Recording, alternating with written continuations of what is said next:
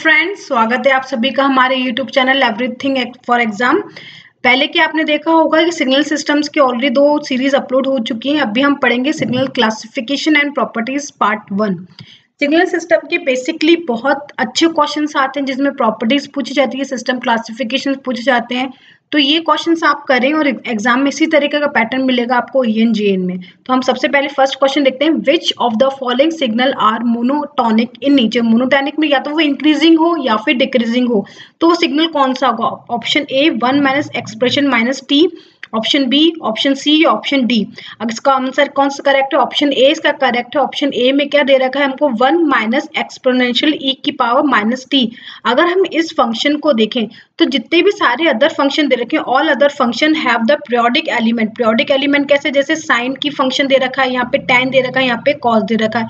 तो periodic function क्या होते हैं? कंटिन्यूसली अप एंड डाउन चलते रहेंगे। ये साइन का होगा या फिर cos को देखें तो इस तरीके से चलेगा। तो पीरियोडिक फंक्शन कुछ ना कुछ पीरियोडिसिटी के साथ चलते हैं, which mean the function attain the same value after a period of time which should not occur for a monotonic signal.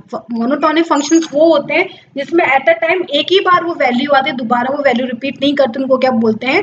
Monotonic function. Next question देखते हैं, which of the following signal is monotonic. इनमें से कौन सा function है जो monotonic है? Option A, option B, option C या फिर ऑप्शन डी। तो इसको हम देखते हैं कि इसमें ऑप्शन कौन सा सही है। ऑप्शन सी हमारा करेक्ट है।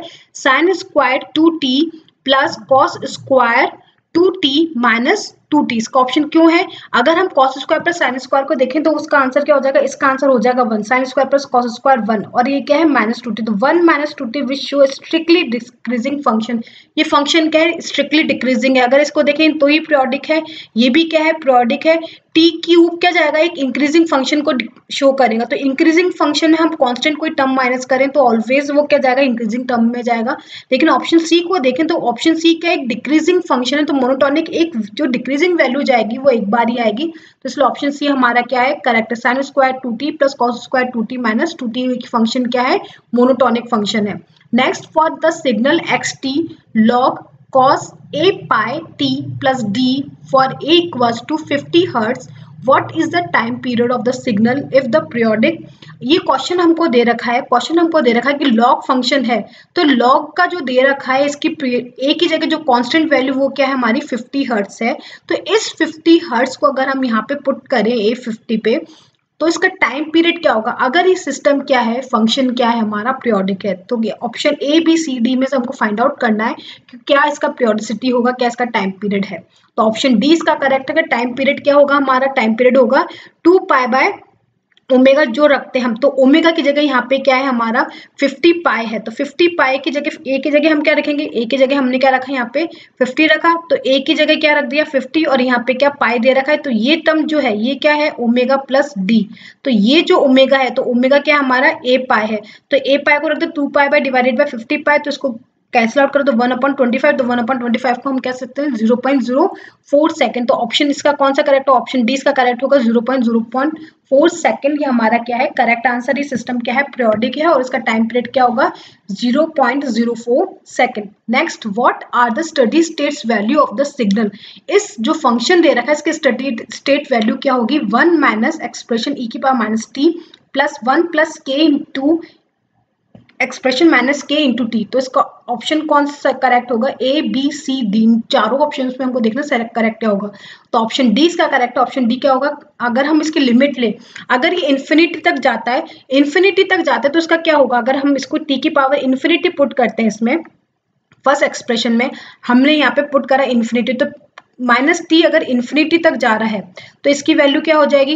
0 हो जाएगी। इसी तरीके से यहाँ पे टी की पावर माइनस इन्फिनिटी अगर हम पुट करें तो ये वैल्यू भी क्या हो जाएगी? 0 हो जाएगी। तो ये एक्सप्रेशन 0 देगा, ये एक्सप्रेशन 0 देगा। तो ये 0 तो ऑप्शन हमारा क्या बन जाएगा? 1 + 1। तो यहाँ पे भी 1 आएगा, यहाँ पे भी 1 आएगा। तो ऑप्शन डी हमारा करेक्ट है। तो स्टडी स्टेट वैल्यू किस पे निकालते हैं? टी इक्वल्स टू इन्फिनिटी में निकालते हैं।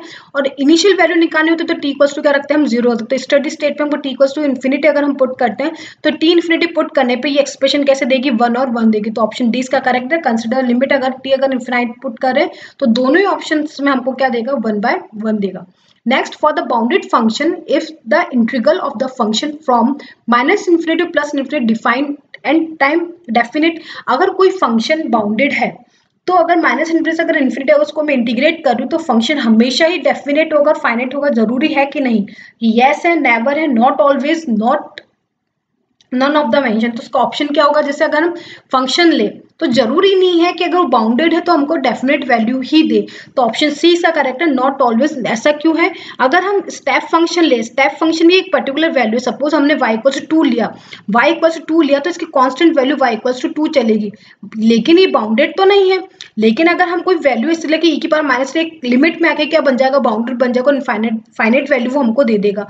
तो for just a block square function it is a finite, hence it depend upon the spread of the signal on either side.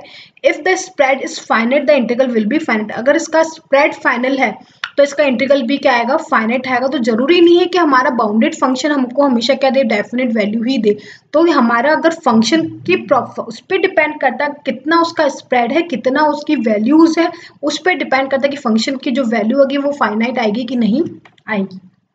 Next, for the signal xt equals to a minus b expression minus ct, what is the steady state value and the initial value? steady state value के लिए हम t equals to infinite put करेंगे और initial value के लिए हम t equals to क्या put करेंगे? 0। तो इसका आंसर क्या करेक्ट होगा? आंसर सी इसका करेक्ट है। आंसर सी को हम किस तरीके से निकालेंगे? इसमें हमने पहले क्या करा? स्टेडी स्टेट वैल्यू पूछा है, तो स्टेडी स्टेट वैल्यू के लिए हम क्या करेंगे? t equals to infinite put करेंगे। t इक्वल्स टू इनफाइनाइट करेंगे तो ये वैल्यू क्या आ जाएगी? इनफाइनाइट पे वैल्यू क्या देगी? 0 देगी। तो ये वैल्यू पूरी 0 हो जाएगी, तो ये क्या बचेगा? a। तो हमारी स्टेडी स्टेट वैल्यू पे आंसर क्या आएगा? हमारा a आएगा। तो ऑप्शन सी में हमको a दे रखा है। फिर हमको क्या मांग रखा है? Initial value. इनिशियल वैल्यू के हम क्या पुट करेंगे? t equals to 0। तो t इक्वल्स टू 0 पुट करेंगे तो किसी की भी एक्सप्रेशन की वैल्यू 0 पुट होगी तो आंसर क्या देगा? 1। तो ये एक्सप्रेशन क्या बन जाएगी? a minus b. तो ऑप्शन क्या आ जाएगा? a minus b. तो ऑप्शन सी हमारा करेक्ट होगा। स्टेडी स्टेट वैल्यूज की होगी a और फाइनल वैल्यूज की क्या? स्टेडी स्टेट वैल्यूज की a है और इनिशियल वैल्यूज की क्या होगी? a minus b. Next, for a double-sided function which is odd, what will be the integral of the function from minus infinity to plus infinity equal to? अगर double sided function है और वो odd है तो उसकी integral value क्या होगी? तो इंटीग्रल वैल्यू हमारी क्या होगी? 0 होगी। अगर हम साइन फंक्शन को देखें, साइन फंक्शन अगर ऑड है तो उसको दोनों तरफ अगर हम इंटीग्रेट करें तो क्या करेगा? पॉजिटिव साइड उसका नेगेटिव साइड को क्या कर देगा? कैंसिल आउट कर देगा। जैसे अगर हम कोई भी फंक्शन ले, डबल साइडेड ले और वो क्या है? जैसे अगर मैंने ये लिया तो ये पॉजिटिव साइड को क्या कर देगा? नेगेटिव को कैंसिल आउट कर देगा। तो हमारा क्या है?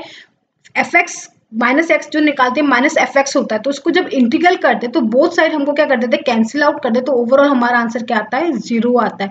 तो इस क्वेश्चन का आंसर क्या होगा? 0 होगा कि डबल साइडेड फंक्शन अगर ऑड है, अगर उसको इंटीग्रेट कर रहे हैं हम माइनस इनफिनिटी से प्लस इनफिनिटी, तो उस इंटीग्रल की वैल्यू क्या आती है? हमेशा 0 आती है। Next, is the signal xt equals to expression minus T sine T periodic nature? ये फंक्शन जो दे रखा है ये पीरियोडिक है कि नहीं है? तो इसका आंसर क्या है? साइन टी जो दे रखा है वो पीरियोडिक फंक्शन है, लेकिन एक्सप्रेशन e की पावर माइनस टी ये डिक्रीजिंग फंक्शन है, ये पीरियोडिक नहीं है। तो पीरियोडिक और नॉन पीरियोडिक जब मल्टीप्लिकेशन में आते हैं तो प्रॉपर्टी कहते हैं कि नॉन पीरियोडिक और पीरियोडिक मल्टीप्लाई होता है, तो हमको क्या देते हैं? एक नॉन पीरियोडिक फंक्शन देते हैं। तो ये फंक्शन जो दे रखा है expression minus T sine T periodic, लेकिन periodic function non periodic function से मल्टीप्लाई हो रहा है, इसलिए ओवरऑल फंक्शन ये क्या हो गया? नॉन पीरियोडिक हो गया। तो ये आंसर इसका क्या आएगा? नॉन पीरियोडिक मीन्स ये आंसर क्या है? नो, ये पीरियोडिक नहीं है। आशा करती हूँ आपके न्यूमेरिकल्स अच्छे लगेंगे, इसी तरीके से क्वेश्चंस एग्जाम में पूछ जाएंगे। तो प्लीज आप हमारी वीडियो को लाइक एंड सब्सक्राइब करना ना भूलें और इस सारे क्वेश्चंस अटेम्प्ट करें।